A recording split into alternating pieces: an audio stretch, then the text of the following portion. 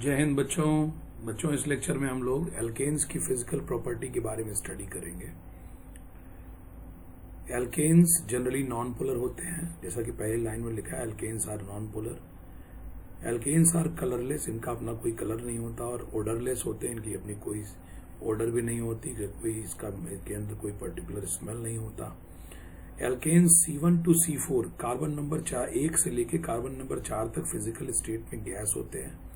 Carbon number 5 से carbon number 17, carbon number 5 to carbon number 17 liquid state में room temperature पे पाए जाते हैं। और C18 and onwards carbon number 18 और उससे ज्यादा बड़े वाले जो होते हैं वो रूम टेम्परेचर पे सॉलिड अवस्था में मिलते हैं। अब इसमें जो महत्वपूर्ण पॉइंट है बच्चों, बॉइलिंग पॉइंट का है। बॉइलिंग पॉइंट एल्केन्स या किसी भी ऑर्गेनिक कंपाउंड के बॉइलिंग पॉइंट के लिए आपको ये पॉइंट लगता है, इसमें ये नॉर्मल पॉइंट है। ये किसी भी ऑर्गेनिक कंपाउंड के बॉइलिंग पॉइंट को डिसाइड करने के लिए काम करता है। तो boiling point directly proportional to intermolecular force और वंडर वॉल फोर्स। जो बॉइलिंग पॉइंट होता है वो लिक्विड का बॉइलिंग पॉइंट होता है। एक लिक्विड के अंदर आप उसका बॉइलिंग पॉइंट बताते हैं। लिक्विड का बॉइलिंग पॉइंट जो होता है वो डायरेक्टली प्रोपोर्शनल होता है उसके बीच लगने वाले इंटरमॉलिक्यूलर फोर्स के। अगर हम बॉइलिंग के फिनोमेनन को देखते हैं बच्चों, अगर हम यहाँ पे आपको समझाने के लिए इसको डील करें, बॉइलिंग का फिनोमेनन, बॉइलिंग का मतलब होता है लिक्विड के पार्टिकल है, फिजिकल स्टेट लिक्विड है, और लिक्विड के पार्टिकल को पूरी तरह से गैस में बदल देना। गैस में पार्टिकल्स एक दूसरे से बहुत दूर दूर जाते हैं, तो लिक्विड के पार्टिकल्स आपस में कुछ इंटरमॉलिक्यूलर फोर्स से जुड़े होते हैं।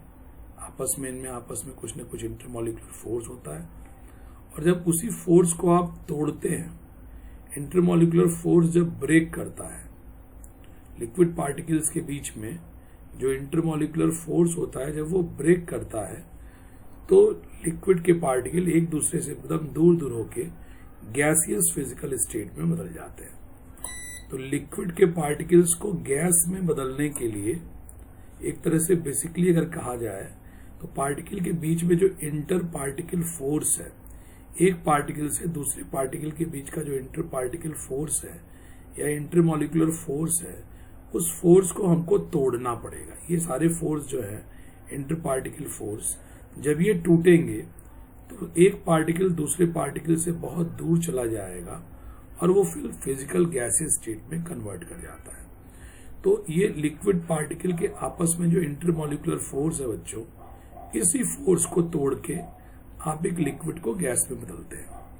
तो अगर मैं कहता हूं कि लिक्विड मान लीजिए इस तरह से है, लिक्विड के पार्टिकल के इंटरमॉलिक्यूलर फोर्स को एक सिंगल लाइन से दिखा दिया गया, और दूसरा कोई लिक्विड ऐसा है जिसमें इंटरमॉलिक्यूलर फोर्स को इस तरह से दिखा दिया गया, तो ये बहुत स्पष्ट रूप से दिख रहा है कि पहले वाले लिक्विड में इंटरमॉलिक्यूलर फोर्स, जो एक लाइन बनी है इंटरमॉलिक्यूलर फोर्स बता रही है, इंटरमॉलिक्यूलर फोर्स कम है, और दूसरे वाले लिक्विड में इंटरमॉलिक्यूलर फोर्स जो है वो कंपैरेटिवली ज्यादा है। तो इंटरमॉलिक्यूलर फोर्स जितना कम रहेगा उतनी आसानी से वो टूटेगा, और उसको तोड़ने के लिए बाहर से हमको एक एनर्जी देनी पड़ेगी। एनर्जी टेम्परेचर के रूप में मिलती है। तो अगर हम कहेंगे यहाँ फोर्स, इंटर पार्टिकल फोर्स कम है बच्चों, तो हमको लेस एनर्जी सप्लाई करनी पड़ेगी। लेस एनर्जी का मतलब कम टेम्परेचर में ही ये लिक्विड का इंटरमॉलिक्यूलर फोर्स टूट जाएगा। कम टेम्परेचर में कम एनर्जी मिलेगी, कम एनर्जी में ही इसका इंटरमॉलिक्यूलर फोर्स टूट जाएगा, और ये लिक्विड एक दूसरे से उसके पार्टिकल बहुत दूर होके गैसियस अवस्था में चले जाएंगे। अगर लिक्विड के interparticle force particle to particle बहुत ज्यादा है, तो उसको तोड़ने के लिए हमको एनर्जी भी ज्यादा देनी पड़ेगी। ज्यादा इंटरमॉलिक्यूलर फोर्स के लिए ज्यादा एनर्जी देनी पड़ेगी, और उसके लिए टेम्परेचर नीडेड भी ज्यादा होगा। तो हम कहेंगे कि अगर लिक्विड के पार्टिकल्स के बीच में इंटरमॉलिक्यूलर फोर्स कम है, तो कम टेम्परेचर पे वो बॉयल कर जाएगा, मतलब बॉइलिंग पॉइंट उसका कम होगा। और अगर लिक्विड पार्टिकल्स के बीच में इंटरमॉलिक्यूलर फोर्स ज्यादा है, पार्टिकल एक दूसरे को स्ट्रांगली हेल्ड किए हुए हैं, एक दूसरे से मजबूती से जुड़े हुए हैं, तो आपको उसको इंटर पार्टिकल फोर्स को तोड़ने के लिए ज्यादा एनर्जी देनी पड़ेगी, ज्यादा टेम्परेचर उसको नीडेड होगा, और इसलिए लिक्विड का बॉइलिंग पॉइंट ज्यादा होगा। तो हम लोग कह सकते हैं बच्चों कि इंटरमॉलिक्यूलर फोर्स अगर कम है तो बॉइलिंग पॉइंट भी कम होगा, और इंटरमॉलिक्यूलर फोर्स एक लिक्विड से दूसरे लिक्विड के बीच में इंटरमॉलिक्यूलर फोर्स अगर ज्यादा है, एक लिक्विड पार्टिकल से दूसरे लिक्विड पार्टिकल के बीच में अगर इंटरमॉलिक्यूलर फोर्स ज्यादा है तो बॉइलिंग पॉइंट ज्यादा होगा। इस प्रकार से एक रिलेशन ये दिया जा सकता है कि boiling point is directly proportional to IMF। अब अगर हम लोग कहते हैं कि यहाँ पे अगर यही रिलेशन देखा जाए तो इंटरमॉलिक्यूलर फोर्स के डायरेक्टली प्रोपोर्शनल होता है बॉइलिंग पॉइंट, और इंटरमॉलिक्यूलर फोर्स चूंकि ये एल्केन्स नॉन पोलर होते हैं, इसलिए नॉन पोलर एल्केन में जैसा कि आप पढ़ चुके हैं नॉन पोलर पार्टिकल के बीच में डिस्पर्जन फोर्स लगता है, and dispersion force is a type of wonder Waals force. तो ये वंडर वॉल फोर्स लगेगा एज ए इंटरमॉलिक्यूलर फोर्स एक लिक्विड पार्टिकल से दूसरे लिक्विड पार्टिकल के बीच में। और वंडर वॉल फोर्स जो है बच्चों डायरेक्टली प्रोपोर्शनल होता है surface area of molecule. Molecule का सरफेस एरिया जितना ज्यादा होगा उसका inter particle force wonder Waals force भी उतना ज्यादा होगा। तो सरफेस एरिया ज्यादा, वंडर वॉल फोर्स ज्यादा, बॉइलिंग पॉइंट ज्यादा। फिर हम लोग एक चीज और रिलेशन ये निकालते हैं कि ब्रांचिंग ऑफ कार्बन चेन, जितनी ज्यादा कार्बन चेन की ब्रांचिंग होगी, जितनी ज्यादा कार्बन चेन की ब्रांचिंग होगी वो उतना सिकुड़ता जाएगा, उसका सरफेस एरिया उतना कम होता जाएगा। तो ब्रांचिंग ज्यादा होने पे सरफेस एरिया जो है वो कम होता है। तो ब्रांचिंग ऑफ कार्बन चेन और surface area of molecule, organic molecule में इनवर्स रिलेशन बनता है। ब्रांचिंग ज्यादा होगी तो सरफेस एरिया कम होगा, सरफेस एरिया कम होगा तो इंटरमॉलिक्यूलर फोर्स जो है ये भी कम हो जाएगा और बॉइलिंग पॉइंट कम हो जाएगा। तो हम लोग यहाँ पे दो रिलेशन डिराइव कर सकते हैं बच्चों, दो रिलेशन देख रहे हैं कि लिक्विड का इंटरमॉलिक्यूलर फोर्स ज्यादा तो बॉइलिंग पॉइंट ज्यादा, लिक्विड का इंटरमॉलिक्यूलर फोर्स ज्यादा कब होगा जब सरफेस एरिया ज्यादा होगा, और लिक्विड का जब ब्रांचिंग ऑफ कार्बन चेन ज्यादा होगी तो सरफेस एरिया कम होने के कारण इंटरमॉलिक्यूलर फोर्स कम हो जाएगा और बॉइलिंग पॉइंट भी कम हो जाएगा। तो चलिए इसको देखते हुए हम लोग कुछ एग्जांपल डिस्कस करते हैं। देखिए बॉइलिंग पॉइंट में अगर हमने रखा इथेन और दूसरा है C2H6 पहला मीथेन, दूसरा इथेन, तीसरा प्रोपेन, चौथा ब्यूटेन। तो जैसे जैसे आप मीथेन से इथेन, प्रोपेन और ब्यूटेन में बढ़ते हैं तो लगातार कार्बनों की संख्या बढ़ रही है। लेफ्ट टू राइट यहाँ देखिए कार्बनों की संख्या बढ़ रही है। कार्बन का नंबर बढ़ने से नो डाउट सरफेस एरिया बढ़ेगा, सरफेस एरिया बढ़ेगा तो intermolecular force wonder Waals force जो है वो बढ़ेगा और इसी कारण से बॉइलिंग पॉइंट भी बढ़ेगा। तो हम कह सकते हैं कि कार्बन का नंबर बढ़ने के साथ चूंकि सरफेस एरिया बढ़ रहा है, सरफेस एरिया बढ़ने के साथ साथ intermolecular force wonder Waals force भी बढ़ेगा जिसके कारण बॉइलिंग पॉइंट बढ़ जाएगा। इसके बाद हम लोग एक पॉइंट और देखते हैं बेटे कि एक जैसे कार्बन का नंबर बढ़ा तो सरफेस एरिया बढ़ा, intermolecular force wonder Waals force बढ़ा, बॉइलिंग पॉइंट बढ़ा।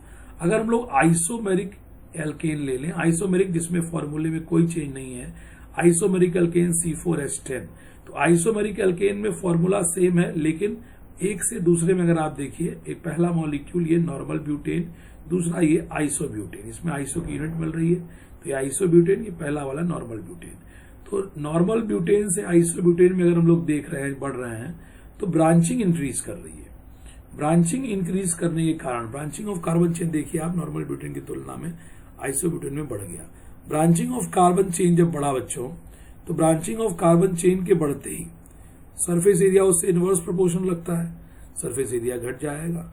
सरफेस एरिया और इंटरमॉलिक्यूलर फोर्स में डायरेक्ट रिलेशन है, जब सरफेस एरिया घटेगा तो इंटरमॉलिक्यूलर फोर्स भी घट जाएगा, और इंटरमॉलिक्यूलर फोर्स और बॉइलिंग पॉइंट भी डायरेक्ट रिलेशन है, तो इंटरमॉलिक्यूलर फोर्स घटने से बॉइलिंग पॉइंट भी घट जाएगा।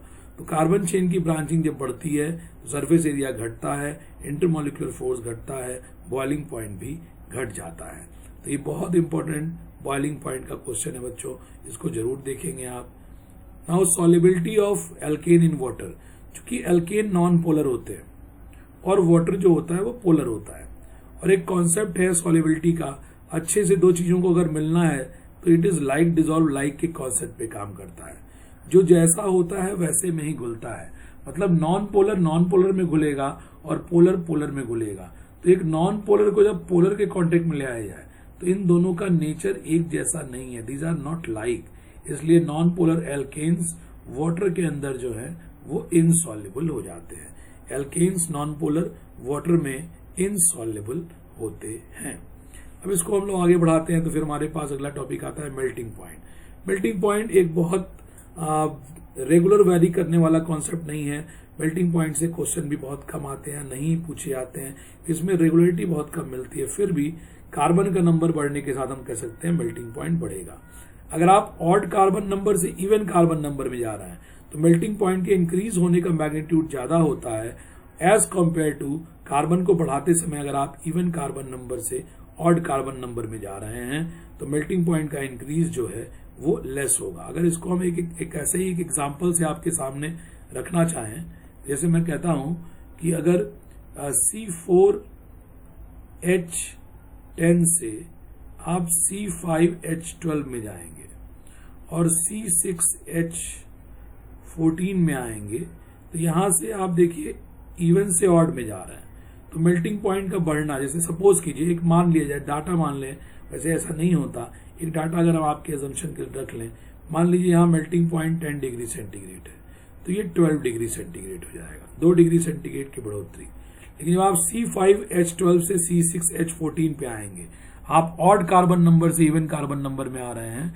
तो ये मेल्टिंग पॉइंट है ये 18 डिग्री सेंटीग्रेड हो जाएगा। कहने का मतलब क्या, यहाँ C4H10 इवन से जब आप ऑड में गए तो मेल्टिंग पॉइंट बढ़ा लेकिन केवल 2 डिग्री सेंटीग्रेड, और जब ऑड से इवन में आए तो मेल्टिंग पॉइंट 6 डिग्री सेंटीग्रेड बढ़ गया। वही चीज यहाँ कह रहे हैं, ऑड कार्बन नंबर से इवन कार्बन नंबर अल्केन में अगर आप जाते हैं, कार्बन के नंबर बढ़ रहे हैं और आप ऑड कार्बन नंबर से इवन कार्बन नंबर में जा रहे हैं तो मेल्टिंग पॉइंट के इंक्रीज करने का मैग्नीट्यूड ज्यादा होगा, जो कि यहाँ आपको दिख सकता है। और अगर आप इवन कार्बन नंबर से ऑड कार्बन नंबर में जा रहे हैं तो मेल्टिंग पॉइंट के इंक्रीज करने का मैग्नीट्यूड कम होगा, 10 से केवल 12 डिग्री सेंटीग्रेड पे जाके 2 डिग्री सेंटीग्रेड का मेल्टिंग पॉइंट बढ़ रहा है। ये एक एग्जाम्पल था, इसको अगर हम हटा देते हैं यहाँ से बच्चों आपके लिए, तो एनसीईआरटी का अब आपके सामने आपके स्क्रीन पे एनसीईआरटी का एक क्वेश्चन है 13.15। इसमें क्या कहते हैं, what effect does branching of an alkane chain has on its boiling point. तो आप कहेंगे कि ब्रांचिंग ऑफ कार्बन चेन जब बढ़ता है तो सरफेस एरिया मॉलिक्यूल का घटता है, इंटरमॉलिक्यूलर फोर्स मॉलिक्यूल का या वंडरवॉल फोर्स घट जाएगा, जिसके कारण बॉइलिंग पॉइंट भी जो है वो घट जाएगा। इस प्रकार से इस लेक्चर में, छोटे से लेक्चर में, हम लोगों ने boiling point, solubility, melting point, that is physical properties of alkene को डिस्कस कर लिया बच्चों। इनका आप नोट्स बना लेंगे बच्चों अपनी हैंड राइटिंग में, और जरूर से खूब अच्छे से इसको एग्जाम के लिए आप पढ़िए। थैंक यू वेरी मच बच्चों।